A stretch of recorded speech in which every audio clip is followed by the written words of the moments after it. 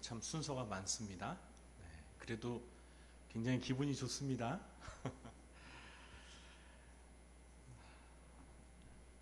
무더위와 장마의 계절 여름이 다가왔습니다. 우리 성도님들께서는 여름이라는 계절을 좋아하십니까? 네, 좋아하시는 분들도 계시고, 저는 굉장히 싫어합니다. 제가 왜 여름을 싫어하는지는 굳이 그 이유를 말씀드리지 않아도 우리 성도님들이 능히 짐작하시리라 믿습니다. 저의 신상과 관련되었기 때문에 제가 차마 말을 네, 저도 여름이 좋아지기를 바랍니다. 자, 개인적으로 여름을 좋아하지는 않지만 교회적으로 볼 때 여름은 1년 4계절 중에서 가장 중요한 계절이라고 할 수 있습니다. 왜 그렇습니까? 이 교육부서마다 여름 성경학교 그리고 여름 수련회를 하기 때문입니다. 저도 그런 경험을 했고 아마 성도님들도 그런 경험을 하셨겠지만 이 교회를 다니는 어린이들과 청소년들이 여름 행사들을 통해서 크게 은혜를 받고 변화되는 경우가 많습니다. 다음 세대의 주역들인 어린이들과 청소년들의 신앙 교육을 위해서 많은 것들이 필요합니다. 좋은 프로그램과 교육 자료들도 필요하고요. 또 좋은 교육 환경과 시설들도 필요합니다. 또 넉넉한 재정적인 지원도 필요하지요. 그러나 교회 교육에서 가장 필요한 자원은 역시 어린이들과 청소년들을 책임지고 가르치는 교사 선생님들이라고 저는 굳게 믿습니다. 훌륭한 선생님이 없는 교육 프로그램이나 교육 자료, 시설이 무슨 의미가 있겠습니까? 결국 주일학교의 성패는 투철한 사명의식을 가지고 자기에게 맡겨진 어린이들과 청소년들을 책임지고 잘 양육하는 선생님들이 얼마나 많이 있는가에 달려있다고 생각합니다. 그런 의미에서 이 선생님의 역할과 자리는 대단히 중요합니다. 자라는 어린 세대의 미래에 중요한 영향력을 끼친다는 차원에서 저는 한 사람의 훌륭한 선생님이 100명의 판검사보다 더 중요하다고 믿습니다. 그렇다면 정말 존경할 만하고 훌륭한 선생님이 된다는 것은 무엇을 의미하는 걸까요? 이런 질문을 받으시면 우리 성도님들 중에서는 나는 주일학교 선생님도 아닌데 하면서 나와는 상관없는 얘기로 들으시는 분이 혹시 계실지 모르겠습니다. 그런데 사실 우리 모두가 다 선생의 역할을 하고 있다고 해도 과언이 아닙니다. 왜냐하면 부모를 볼까요? 부모도 선생님입니다. 부모는 가정에서 자녀들에게 가장 영향력 있는 선생님입니다. 우리의 자녀들이 이 세상에 태어나서 가장 먼저 만나는 선생님이 바로 부모입니다. 구역장의 다리도 구역원들에게 있어서는 선생입니다. 복음을 전하는 전도자도 불신자들에게는 일종의 선생의 역할을 하고 있는 것입니다. 이런 측면에서 생각해 볼 때 우리는 모두가 가르침을 배우는 학생 또는 제자이면서 동시에 누군가를 가르치고 지도해주는 역할을 하고 있는 교사, 선생이라고 할 수 있습니다. 그렇다면 이렇게 막중한 선생의 역할을 제대로 훌륭하게 수행해야 되지 않겠습니까? 그래서 오늘 이 시간에는 이 십계명 강해를 잠시 멈추고 우리가 정말 좋은 선생이 되기 위해서 우리의 훌륭한 모델 한 분을 여러분에게 소개하려고 합니다. 그분은 누굴까요? 그렇습니다. 우리 예수님이십니다. 예수님이야말로 가장 훌륭한 선생님이십니다. 예수님은 12 제자들만을 위한 선생님이 아닙니다. 복음서와 특히 사도행전을 읽어보시면 신자들을 가리키는 호칭 가운데 이 제자라는 호칭이 사용되고 있다는 거 여러분들 아십니까? 신자들은 모두가 선생이신 예수 그리스도의 가르침을 배우고 따르는 예수 그리스도의 제자들입니다.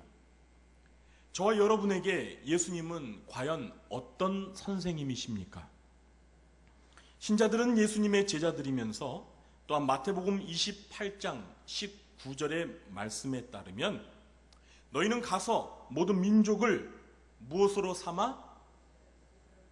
현수막에 나와 있죠? 제자로 삼아 아버지와 아들과 성령의 이름으로 세례를 베풀고 내가 너희에게 분부한 모든 것을 어떻게 하라? 가르쳐 지키게 하라. 그러므로 모든 신자들은 이 예수님의 지상명령을 수행하기 위해서는 반드시 제자를 삼고 가르쳐야 하는 선생의 역할을 감당해야 하는 것입니다. 그래서 우리는 이 선생이신 예수님의 가르침을 따르는 제자이면서 동시에 누군가에게 하나님께서 분부하신 모든 말씀을 가르치고 제자를 삼아야 하는 선생인 것입니다. 그렇다면 우리가 이 중요한 선생의 역할을 잘 감당하기 위해서는 누구보다도 우리의 훌륭하신 선생님이신 예수 그리스도를 모델로 삼아서 닮아가는 노력이 필요한 것입니다. 그래서 오늘 이 시간에는 이 교사 헌신 예배를 맞아 교사의 모델이신 예수님, 교사의 모델이신 예수님이라는 제목으로 예수님은 과연 어떤 선생님이셨는지에 관하여 말씀을 나누며 은혜를 나누려고 합니다. 첫째로, 예수님은 하나님의 말씀을 잘 가르치는 탁월한 선생님이셨습니다. 예수님 당시에 이스라엘 사회에는 하나님의 가르침을, 하나님의 말씀을 가르치는 많은 선생님들이 있었습니다. 그들을 가리켜서 랍비라고 불렀습니다. 이스라엘 사회에서 이 랍비의 역할을 하는 사람들은 대부분 율법사 또는 서기관이라고 부릅니다. 그런데 이 랍비의 역할을 하는 사람들의 상당수가 누구였냐면 바로 바리새인들이었습니다. 그리고 예수님 당시에 이 바리새인 중에서 아주 유명한 랍비 선생이 누구였냐면 사도행전에 나오는 사도 바울의 스승이었던 가말리엘이라는 선생이었습니다. 가말리엘은 당대의 율법을 가장 잘 아는 최고의 석학이었습니다. 바울은 예수님을 만나기 전에 이 가말리엘의 문화생으로서 가말리엘로부터 랍비 교육을 받았던 사람이었습니다. 그런데 이 모든 선생들보다도 예수님은 하나님의 말씀을 더 잘 아시고 더 잘 가르치셨던 탁월한 선생님이셨습니다. 이 사실을 믿으십니까? 아멘. 이것을 단적으로 증명해 주는 것이 바로 이 마태복음 5장, 6장, 7장입니다. 이 마태복음 5장, 6장, 7장을 가리켜서 뭐라고 부르죠? 산상순 또는 산상보훈이라고 말합니다.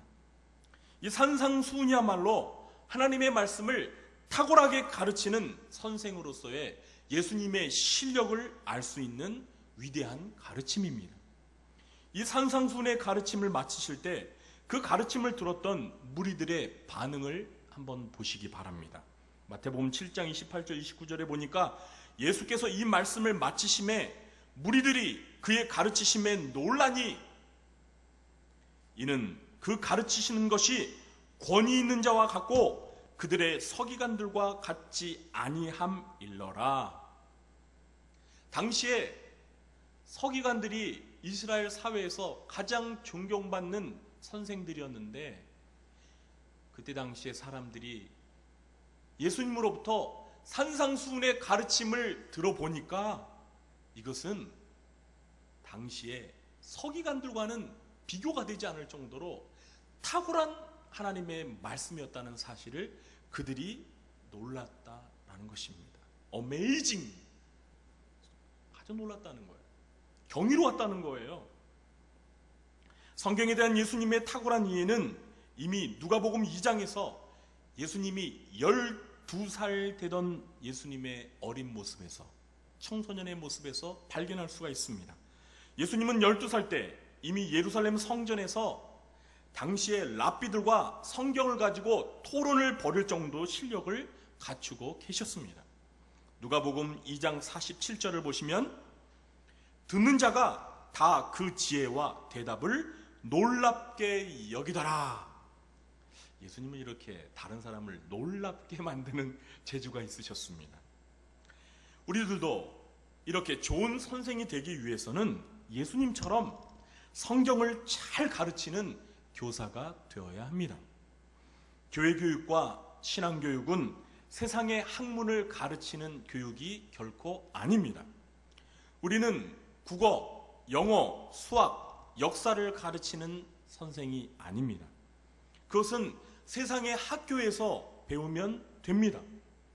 이런 것들을 우리보다 더 잘 가르치는 선생들은 세상에 넘쳐납니다.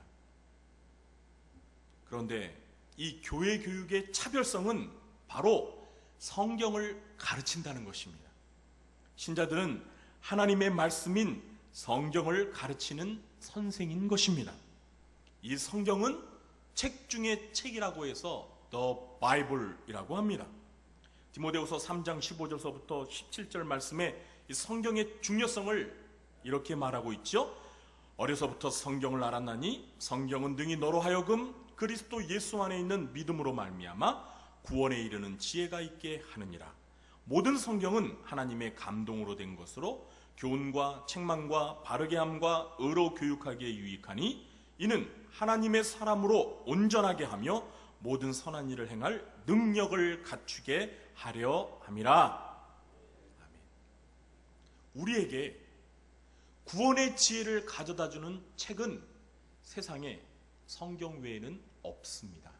믿습니까? 전 세계에 수많은 도서관에 쌓여있는 책들 가운데서 하나님의 감동으로 쓰여진 책은 오직 한 권, 성경밖에 없습니다. 하나님의 사람으로 하여금 온전하도록 도와주는 책은 오직 성경밖에 없습니다. 이 사실을 믿으십니까? 이 위대한 하나님의 말씀인 성경을 가르치는 책임이 바로 교회 선생님들에게 있다는 것입니다. 그러므로 우리는 무엇보다도 성경에 대하여 잘 알아야 합니다. 교회 선생님들은요, 국어, 영어, 수학 이런 거 잘 모르셔도 괜찮아요. 이런 거 모른다고 해서 어린이들과 청소년들에게 좀 창피를 당해도 괜찮습니다. 우리 어린이들은 교회 선생님에게 영어, 수학, 국어를 배우러 교회 오는 것이 아니기 때문입니다. 우리가 가르쳐야 할 과목은 바로 구원과 영생을 가져다주는 하나님의 말씀인 신구약 성경인 것입니다. 그러므로 교회 교사가 성경을 모르면 그것은 정말 부끄럽고 창피한 것입니다.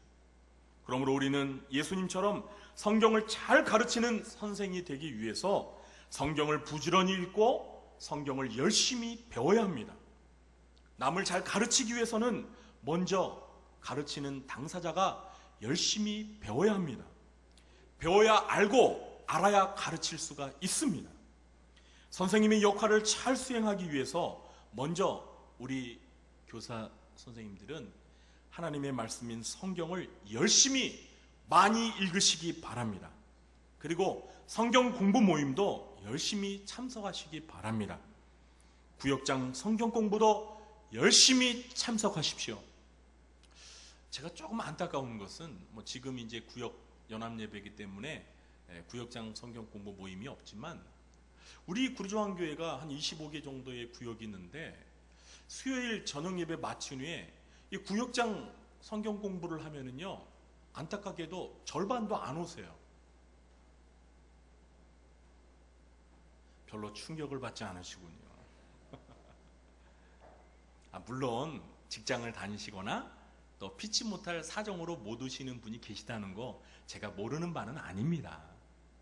그러나 우리가 적어도 구역원들에게 하나님의 말씀을 가르치기 위해서는 열심히 배우는 그 모임에 참석을 해야 하는 것입니다. 이제 8, 9월 여름 휴식 기간이 지나고 나서 구역장 성경 공부 모임에 우리 구역장님들 많이 참석할 줄로 믿습니다. 약속하셨습니다. 우리 교사분들은 이 교사 강습회도 빠지지 마셔야 합니다. 그리고 개인적으로 성경과 관련된 좋은 책들도 매월 열심히 사서 읽으시기 바랍니다. 요즘에는요, 이 성경을 이해하도록 도와주는 좋은 참고서들이 너무나 많습니다. 너무나 많아요.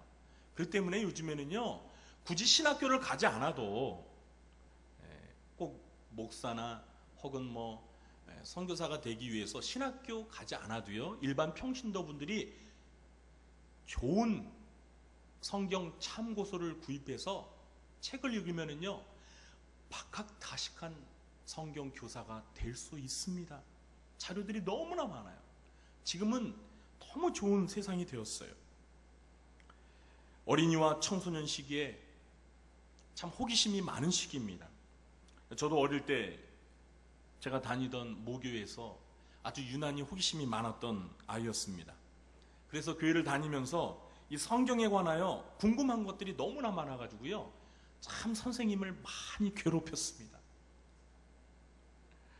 그런데 있잖아요, 그때마다 제가 선생님에게 지금 생각해보면 참 말도 안 되는 질문을 이렇게 하면서 선생님을 곤란하게 했을 때 선생님은요, 짜증도 내지 않고 제가 여쭙는 그 질문에 대해서 진지하게 답을 해주시는, 그리고 제가 질문할 때 선생님이 과연 이 질문에 답을 하실 수 있을까? 라고 이렇게 여쭤보았지만 그 질문에 대해서요, 너무 명확하게 제가 이해하기 쉽게 성경 말씀을 풀어주면서 답을 해주시는데요, 그런 선생님은요, 정말 더 신뢰가 가고 더 영적인 권위가 있어 보였습니다.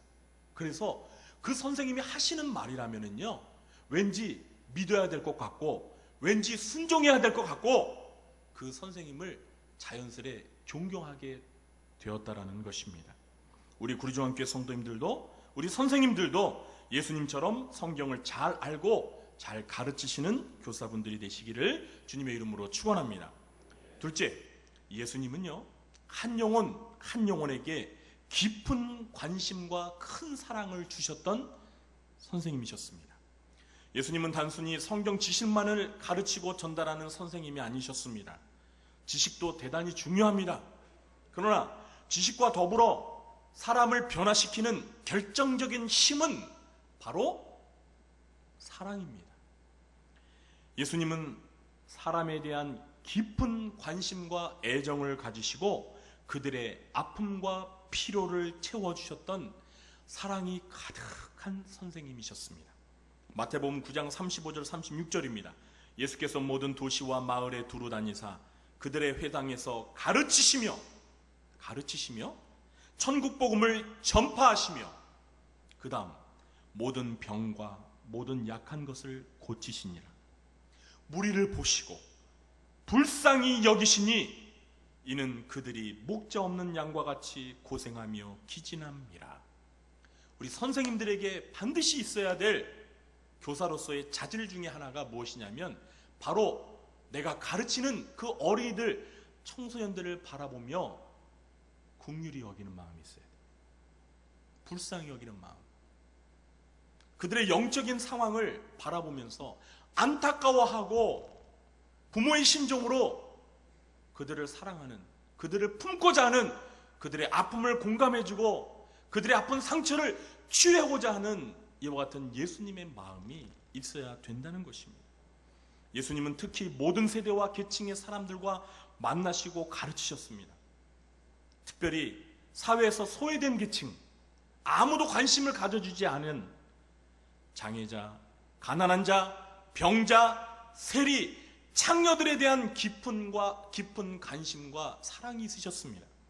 그래서 예수님에게는 아주 불명예스러운 별명이 있었죠. 어떤 별명이 있었죠? 세리와 죄인들의 친구라는 별명이 예수님에게는 있었습니다. 우리는 요한복음 4장에서 한 영혼에 대한 깊은 관심과 한 영혼을 섬기시는 사랑 많으신 선생님의 모습을 엿볼 수 있습니다. 요한복음 4장에 보시면 예수님은 아무도 관심을 갖지 않는 한 여인을 만나기 위해서 사마리아의 수가성을 찾아가셨습니다. 여러분, 당시의 유대인들은요, 사마리아 사람들과 상종을 하지 않았습니다. 예수님도 유대인이었습니다. 그런데 예수님은 그 사마리아의 수가성 여인을 만나기 위해서 사마리아를 방문했습니다. 그 여인은 남편이 5명이나 있는 부정한 여인이었습니다. 그 한 여인을 구원하시기 위해서 예수님은 남들이 가기 싫어하는 사마리아 지역에까지 들어갔던 것입니다. 또한 예수님은 예수님에게 도움을 필요로 다가오는 사람들을 그냥 돌려보내는 적이 없으셨습니다. 그들의 믿음을 보시고 그들의 요구를 다 들어주셨습니다. 마태복음 8장 16절에 보니까 저물매 사람들이 귀신 들린 자를 많이 데리고 예수께 오거늘 예수께서 말씀으로 귀신들을 쫓아내시고 병든 자들을 다 고치시니 언제 고치셨다고요? 저물었는데요. 이미 해가 지고 저물었는데 구름같이 모여든 벌떼처럼 모여든 귀신 들린 자와 병든 자들을 예수님이 다 고쳐주셨다는 거예요. 웬만한 사람 같았으면 어떻게 했을까요? 시계 보면서 너무 늦었어요. 내일 오세요. 내일 고쳐드릴 테니까 내일 오세요. 이러면서 돌려보낼 수 있을 거예요. 그런데 우리 예수님은 그러지 않았습니다. 밤 늦게까지 예수님을 찾아왔던 그 사람들의 아픔과 고통을 다 치유해 주셨습니다. 왜 그랬을까요? 그들을 뭐였기 때문에? 불쌍히 여기며 그들을 사랑했기 때문입니다. 요한복음 13장 1절에 보면 6월절 전에 예수께서 자기가 세상을 떠나 아버지께로 돌아가실 때가 이른 줄 아시고 세상에 있는 자기 사람들을 사랑하시되 끝까지 사랑하시니라. 끝까지 사랑하시니라. 그 사랑을 포기하지 않고 예수님에게 맡겨진 영혼들을 끝까지 책임지시고 그들을 사랑하신 예수님의 마음, 이것이 바로 우리 구리조항교회 선생님들이 가져야 할 마음인 것입니다. 그렇습니다. 교회 선생님들에게도 이런 관심과 사랑이 필요합니다. 내가 맡고 가르치는 어린이들 하나하나에 대한 깊은 관심과 애정으로 그들을 양육하는 자세가 필요합니다. 특히 교회는 일주일에 한 번 정도 만나 교회 교육이 이루어지고 있습니다. 그것도 시간이 많지 않습니다. 그 짧은 시간에 예배드리고 말씀도 가르쳐야 합니다. 시간이 턱없이 부족합니다. 일반 세상 교육에 비하면 교회 교육은요, 시간적으로 보면 비교가 되지 않을 정도로 너무나 시간이 부족해요. 그러므로 평소에 내가 맡고 있는 어린이들, 청소년들에게 무관심할 수가 있어요. 그러므로 아이들을 위해서, 청소년들을 위해서 기도도 하고 또 그 아이들에 대해서 관심을 갖고 전화 신방도 하고 아이들과 인격적인 교분을 나눌 수 있는 접촉점을 다양하게 마련해야 하는 것입니다. 아이와 아이의 가정에 혹시라도 유고사항이 있지는 않은지 깊은 관심을 가져야 할 필요도 있습니다. 예수님은 평소 가깝게 지냈던 나사로가 죽자 그 가정에 문상을 가셔서 눈물을 흘리시면서 그 유가족들을 위로하셨습니다. 이런 관심이 바로 사랑입니다. 이런 사랑을 받고 자란 어린이들은 절대 어른이 되어서도 교회를 떠나지 않습니다. 아니, 잠시 교회를 떠났다가도 그 어렸을 때 선생님들로부터 받았던 사랑이 그리워서 다시 교회를 나오게 된다는 것입니다. 사실 우리가 지나보면 선생님이 가르쳐 주신 내용은 기억에 잘 나지를 않아요. 그러나 그 선생님이 나에게 행동으로 보여주셨던 나에 대한 관심과 돌봄의 사건들은 오랜 시간이 지나도 기억에 선명하게 남는다는 것입니다. 제 딸이 교회 가는 것이 너무나 즐겁다고 합니다. 그래서 주일이 오기만을 기다립니다. 주일이 오기만을 기다려요. 제 딸을 가르치는 전도사님과 선생님 만나는 것이 너무나 좋답니다. 아빠보다 더 좋아하는 것 같아 질투가 날 정도입니다. 여러분, 이 정도 되면은 교회 가는 거 걱정 안 해도 됩니다. 우리 구리조항교회 성도님들, 우리 구리조항교회 선생님들 모두가 우리 어린이들, 청소년들에게 있어서 부모보다 교회 선생님을 더 좋아해서 우리 부모님들이 저처럼 이렇게 질투가 날 정도로 어린이들과 청소년들에게 사랑받고 존경받고 신뢰받는 교사분들이 되시기를 주님의 이름으로 축원합니다. 마지막으로 셋째, 예수님은 직접 몸소 본을 보여주시는 선생님이셨습니다. 입으로만 가르치는 선생님의 영향력은 한계가 있습니다. 그러나 자신이 가르치는 것을 몸소 실행으로 옮겨 보여주는 선생님의 영향력은 그 제자의 삶을 변화시키는 힘이 있습니다. 아무리 좋은 내용을 잘 전달하여도 선생님이 그렇게 살지 않으면 선생님도 못하면서 가르침에 권위가 없습니다. 예수님은 입으로만 가르치는 선생님이 아니셨습니다. 예수님은 제자들에게 몸소 행동으로 보여주시는 선생님이셨습니다. 오늘 본문 말씀이 이 사실을 잘 증명해 주는 말씀입니다. 오늘 본문은 예수님께서 잡히시기 전날 저녁에 제자들과 유월절 식사를 마치시고 세족식을 하는 장면입니다. 예수님은 한 사람 한 사람 제자들의 발을 씻기셨습니다. 그리고 이렇게 말씀하십니다. 너희가 나를 선생이라 또는 주라 하니 너희 말이 옳도다. 내가 그러하다. 내가 주와 또는 선생이 되어 너희 발을 씻었으니 너희도 서로 발을 씻어주는 것이 옳으니라. 예수님 당시에 더러운 발을 씻기는 일은 노예들이 하는 일이었습니다. 그런데 선생님이 제자들의 발을 씻어주는 것은 결코 흔한 일이 아니었습니다. 이렇게 본을 보여주시는 예수님의 모습에 제자들도 놀라고 감동할 수밖에 없었을 것입니다. 요한복음 15장 13절 14절에 보니까 사람이 친구를 위하여 자기 목숨을 버리면 이보다 더 큰 사랑이 없나니 너희는 내가 명하는 대로 행하면 곧 나의 친구라. 예수님은 말만 하지 않고 친구를 위해서 십자가에서 자기 목숨을 버리셨습니다. 이런 본을 보고 자란 제자들은 그런 예수님의 선생님의 삶을 본받아 그렇게 살았던 것입니다. 우리가 기도하지 않고 어린 제자들에게 기도하라고 가르치면 기도할까요? 선생님이 주일 성수도 하지 않으면서 얘들아 주일마다 꼭 교회 와서 예배 드려야 해 이렇게 말하면 무슨 힘이 있겠습니까? 아이들을 차별하고 무관심하면서 하나님의 사랑에 대해 이야기하면 아이들의 가슴에 하나님의 사랑이 와 닿을까요? 우리 구리장교회 선생님들은 삶으로 행동으로 본을 보여주는 훌륭한 선생님이 되시기 바랍니다. 저도 하나님의 말씀을 가르치는 목사로서 제가 전한 설교대로 살기 위하여 몸부림치며 노력하겠습니다. 보람되고 영예로운 직분은 바로 교사입니다. 그러나 그 자리는 동시에 막중한 책임이 따르는 자리입니다. 그래서 야고보 3장 1절 말씀을 보면 내 형제들아 너희는 선생된 우리가 더 큰 심판을 받을 줄 알고 선생이 많이 되지 말라. 또 이 말씀을 또 문자적으로 또 이해하시고 또 여름 성경학교 앞두고 수련회 앞두고 다 교사 그만두겠다고 하시면 안 됩니다. 이거는 역설적으로 말하는 거예요.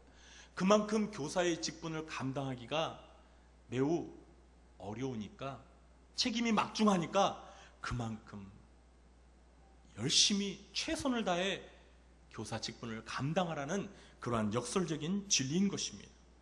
사도 바울은 고린도전서 4장 15절에서 그리스도 안에서 1만 스승이 있으되 아버지는 많지 아니하니 그리스도 예수 안에서 내가 복음으로써 너희를 낳았음이라 이렇게 말했습니다. 선생이라는 타이틀을 가진 사람들은 이 세상에 너무나 많다. 그러나 자식을 양육하듯이 아버지의 심정으로 가르치는 스승은 많지 않다. 내가 바로 고린도 교회 성도들 너희들에게 있어서 그런 아비와 같은 스승으로 너희들을 양육하고 가르쳤다라고 아주 당당하게 사도 바울은 말을 했습니다. 사랑하는 우리 구리조항교회 성도님들, 우리 선생님들, 부디 바울과 같은 그런 부모와 같은 선생님이 되시기 바랍니다. 예수님을 닮은 훌륭한 선생님이 되시기 바랍니다.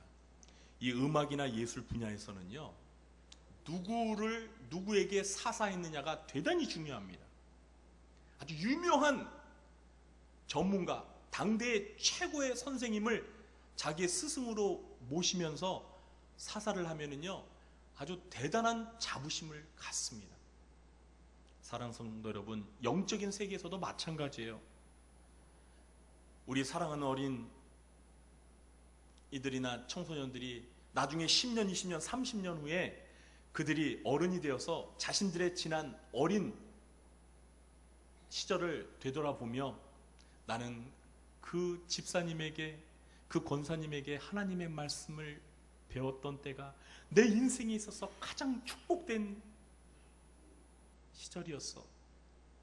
이렇게 말할 수 있다면 아마 우리 선생님들은 가장 위대한 일을 감당하셨다라고 저는 믿습니다. 부디 우리 구리정한교회 선생님들 모두가 이렇게 우리가 가르치는 제자들로부터 앞으로 장차 그들의 인생에 있어서 가장 위대한 가르침을 전해준 가장 소중한 선생님으로 길이길이 기억되시는 훌륭한 선생님들이 되시기를 바랍니다. 이번 여름 행사, 여름 성경학교와 여름 수련회를 통해서 여러분들이 맡고 있는 어린이들의 밝은 미래, 희망찬 미래를 위해서 땀을 흘리고 기도하며 하나님의 말씀을 가르침으로 말미암아 우리의 사랑하는 어린이들과 청소년, 청년들이 하나님의 나라를 위하여, 하나님의 영광을 위하여 귀하게 쓰임받는 귀한 일꾼들로 변화되는 복된 여름 행사가 되기를 주님의 이름으로 간절히 축원합니다.